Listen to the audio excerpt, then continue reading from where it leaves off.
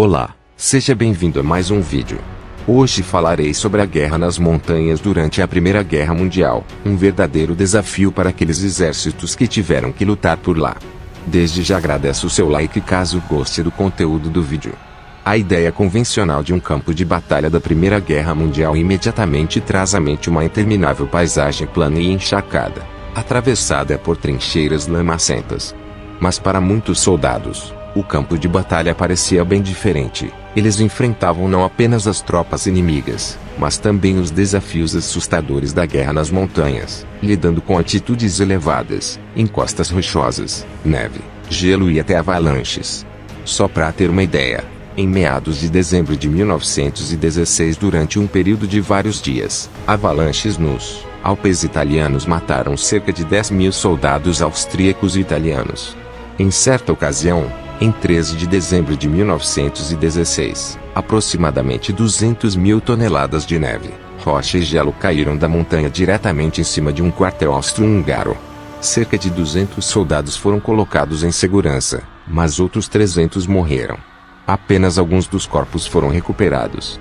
Ao longo da guerra, episódios assim se repetiram muitas vezes, fazendo batalhões desaparecerem em instantes, com corpos de soldados permanecendo naquela região até hoje preservados pelo frio e isolamento da região.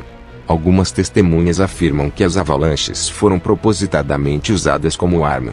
Embora haja poucas evidências de que esse tenha sido o caso dessas avalanches, é possível que as avalanches tenham sido usadas como armas em outros momentos da guerra.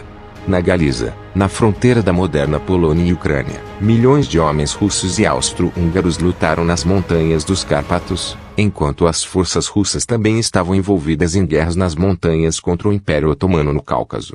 Mas talvez o teatro de montanha mais conhecido na Primeira Guerra Mundial tenha sido na Itália, onde de maio de 1915 a novembro de 1918 a Itália lutou contra a Áustria-Hungria nos Altos Alpes e Dolomitas. Os italianos entraram na Primeira Guerra Mundial ao lado da Grã-Bretanha, França e Rússia contra a Alemanha e a Áustria-Hungria no final de abril de 1915. Nos 3 anos seguintes, o exército italiano enfrentou os austríacos em uma série de batalhas sangrentas na região montanhosa ao longo do rio Isonzo, perto da fronteira ítalo-austríaca. As condições nas montanhas eram muitas vezes piores do que os combates reais. Um oficial austríaco disse uma vez: "As montanhas no inverno são mais perigosas que os italianos." Isso certamente foi verdade em meados de dezembro de 1916, quando fortes nevascas nos Alpes criaram condições propícias para avalanches. A paisagem alpina era incrivelmente desafiadora. Os picos das montanhas na zona de combate estavam até 2.000 metros acima do nível do mar, com algumas encostas com até 80 graus de inclinação. Rios de correnteza forte que dificultavam o movimento das tropas, passavam por vales glaciais. Havia poucas conexões rodoviárias e ferroviárias para a área. A fim de tornar a paisagem mais adequada para a guerra, foram realizados programas intensivos de construção de estradas. Ambos os exércitos também tiveram que construir pontes sobre ravinas de montanha, e construir fortes, quartéis e cabanas para servir de acomodação, bem como cavar trincheiras, quando possível, ou usar explosivos para criar redes de cavernas e túneis subterrâneos para proteção, acomodação e armazenamento. Os italianos usaram teleféricos e mulas para transportar alimentos e munições até as linhas de frente no topo das montanhas, e levar os feridos de volta às planícies, onde os hospitais estavam situados. As temperaturas permaneceram abaixo de zero por pelo menos 4 meses de cada ano e a neve era uma presença constante no inverno, com trincheiras de neve improvisadas sendo usadas para a defesa. Ambos os exércitos treinaram unidades de esqui especializadas, bem como equiparam os soldados com picadores de gelo, cordas, roupas de neve, roupas de frio e óculos de proteção para uso em geleiras. Frio e congelamento eram problemas reais para todos os homens nos Altos Alpes, especialmente quando se tratava de tratar os feridos, que sofriam terrivelmente com as condições extremas. "Querido irmão", escreveu um soldado de infantaria italiano em abril de 1916, "deixe-me dizer-lhe que já faz quase 2 meses que estou aqui na linha de frente e sofremos por isso. Mal posso dizer, estou no Alto Cadore e se você pudesse ver a neve, ainda há uns 8 metros de neve, mas agora os dias começam a melhorar um pouco. Temos que avançar.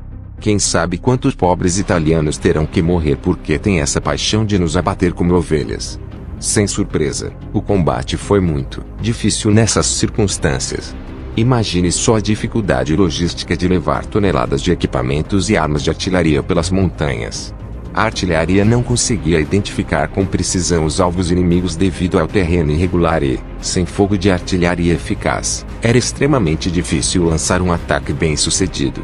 Enquanto isso, soldados de infantaria carregando mochilas pesadas e armas lutavam para atacar em encostas íngremes, já que as tropas de defesa mantinham o terreno alto sempre que possível, colocando os agressores na face do fogo inimigo.